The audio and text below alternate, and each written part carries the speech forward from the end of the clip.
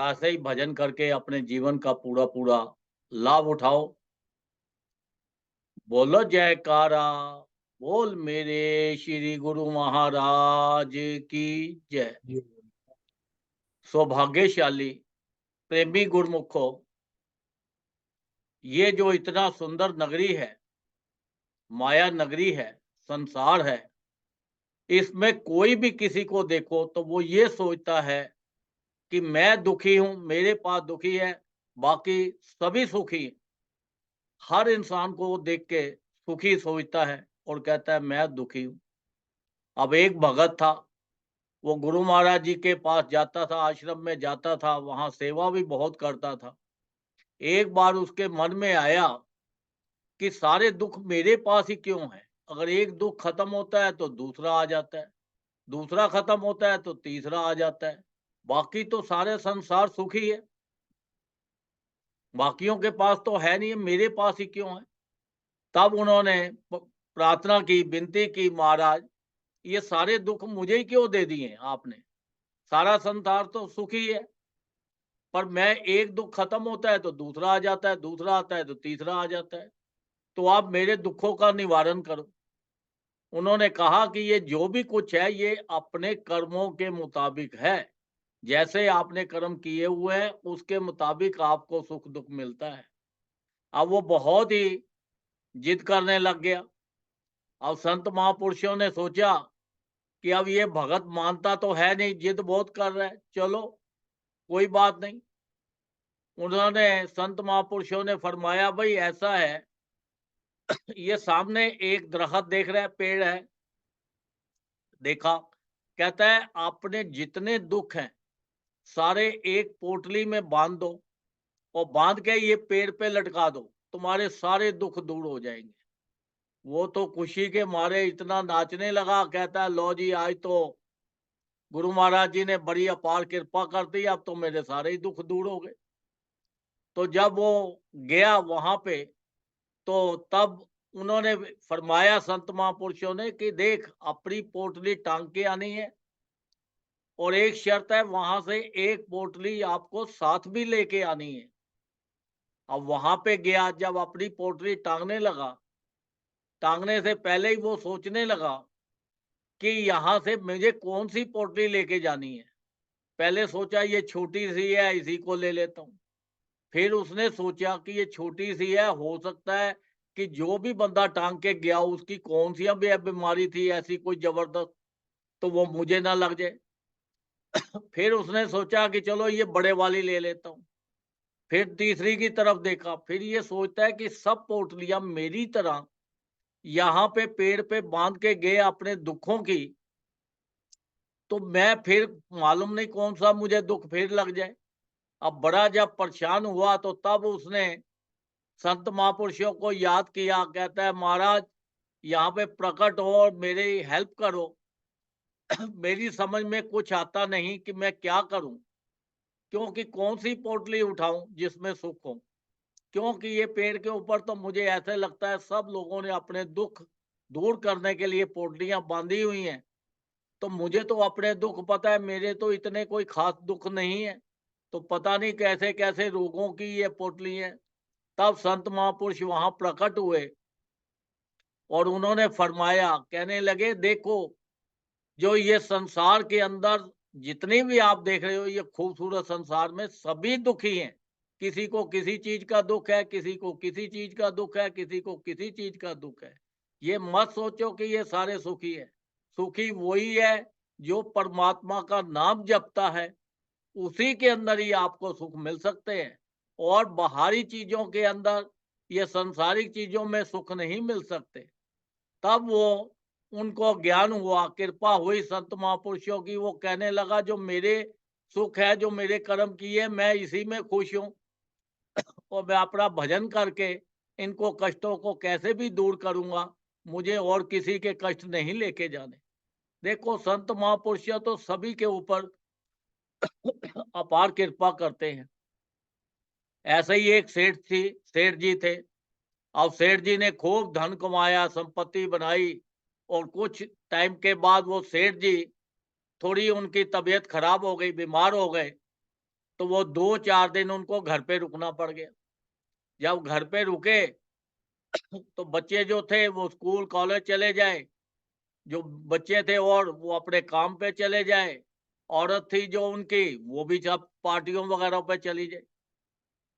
जब संत महापु उन्होंने सेठ जी ने देखा तो उन्होंने कहा, भई ये क्या बात है? जब उन्होंने अपनी पत्नी को बुलाया और कहा सेठ जी ने कि भाई ऐसा है, मेरी तबीयत खराब है, मुझे आपकी ज़रूरत है और आप इधर-इधर पार्टियों में घूम रहे हो। तब उसकी औरत ने उसे बोला कि जब हमें आपकी ज़रूरत थी, तब आप धन कमाने में लगे हुए थे। अब हमें आपकी ज़रूरत नहीं है, हमें हमें अपने आप को देखना है अभी क्या है। तो वो बड़ा परेशान हो गया। वो कहने लगा कि अब इनको हमारी ज़रूरत नहीं है क्योंकि धन तो मैंने खूब कमा दिया। वो बोलते हैं जब ज़रूरत थी तब आप धन कमाने में लगे हुए थे।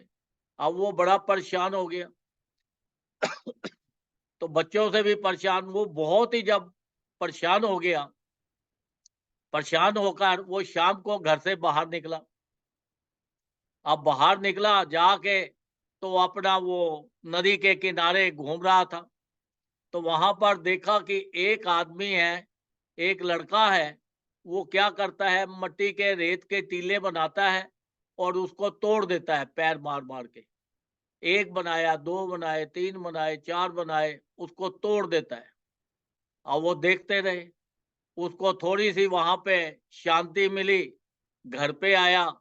जब घर पे आया तो फिर वही अपना नौकरों को जो थे डाँट मारने लगा, क्योंकि वो धन कमा-कमा के बहुत उसका मन में अहंकार बन गया था, घमंडी बन गया था।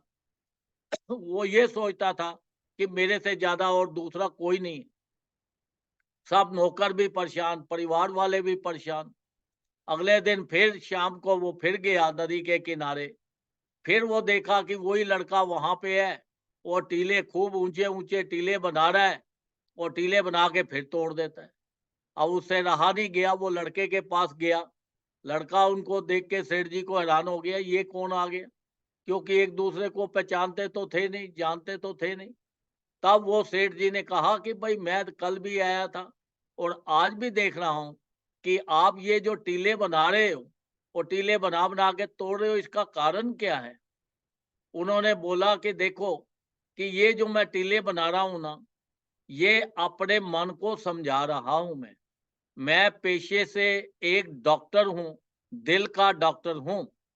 सुबह मैं बहुत बड़ा सर्जन हूँ। मैं सुबह हॉस्पिटल में जाता हूँ, लोगों के दिलों को ठीक करता हूँ, ऑपरेशन करता हूँ और शाम को मैं इधर आकर अपने जो अंदर मेरे गलतियाँ हैं, उनको दूर करता हूँ। उन्होंने बोला ये जो तिलक लगाया हुआ है, उन्होंने बोला ये जो तिलक है, ये मैं बचपन से ही मेरी माँ ने मेरे मुझे लगाया था और वो तिलक ही लगाती है, उन्होंने दिया हुआ है कि भैया ये तिलक लगाना है। अब तिलक लगाने से उनका तेज इतना था लड़के का बहुत ज़्यादा। अब फिर उसको पूछा भई ये क्यों इतना बड़ा टीला बना के, वो कहने लगा कि जो मेरे अंदर काम, क्रोध, लोभ, मोह, अहंकार ये जो बैठे हैं ना, इनको मैं ख़त्म करना चाहता हूँ, इनको मैं जीतना चाहता हूँ। आज मैंने इतना बड़ा जो किला बनाया, टीला बनाया और इसको तोड़ा, ये लोभ का था। क्योंकि संसार के अंदर जिसको भी देखो, लोभ कभी किसी का कम नहीं हुआ। अगर आज एक प्रॉपर्टी है तो कल दूसरी चाहता है, दूसरी है तो चौथी चाहता है। एक गाड़ी है तो दूसरी गाड़ी चाहेगा, आज साइकिल है तो फिर उसको स्कूटर चाहिए, स्कूटर है तो फिर कार चाहिए। तो ये तो जो लोभ है, ये इंसान का कभी खत्म नहीं हो सकता। तो इसलिए कहता है आज मैंने अपने लोभ को खत्म कर दिया। तो इसलिए ये मैं तोड़ा है। तो फिर वो आपस में अच्छे तरह बात कर रहे थे। फिर उन्होंने सेठ जी को कहा, सेठ जी मेरा घर ये पास में है। अगर आप मेरे घर चलो तो मुझे बहुत अच्छा लगेगा। तो सेठ जी तो अकेले थे, खाली थे, उनके पास टाइम भी बहुत था। उन्होंने तो अपना टाइम पास करना था क्योंकि घर से वो परेशान थे। उन्होंने बोला ठीक है। जब उसके घर पे गए, तो उन्होंने कमरे में बिठाया और अपने पिताजी को आवाज़ लगाई बड़े प्यार से, मिठास से। वो आए, उनसे मिलवाया, कहा कि ये मेरे पिताजी हैं। फिर माँ को आवाज लगाई, माँ से मिलाया। फिर ये मेरे ब्रदर है, ये ब्रदरों को लगाया, उनको बुलाया, बहनों को बुलाया, अपने सारे परिवार से मिलाया। जब बात कर रहे काफी देर हो गई, तो सेठ जी को भी भूख लगी हुई थी। तब उन्होंने कहा, उनके माँ-बाप ने, देखो भई आप हमारे मेहमान हो, जो भी मेहमान घर पे आता है वो खाली तो जाता नहीं है, कुछ ना कुछ तो खाना पड़ेगा और शाम का वक़्त है, तो आप भोजन का टाइम है तो भोजन करके ही आप जाओ, ऐसा नहीं कि आप खाली चले जाओ। अब सेठ तो आगे ही परेशान था, उसने मन में सोचा भूख भी लगी है, चलो ठीक है, हाँ कर ली और वहाँ बैठ के उनके सारे परिवार के साथ जब खाना खाया, जब उन्होंने सादा सिंपल सा दाल फुल्का बनाया हुआ था, जब वो खाया तो उसका इतना आनंद आया उसको, ऐसे लगे जैसे मैं अमृत के खा रहा हूँ।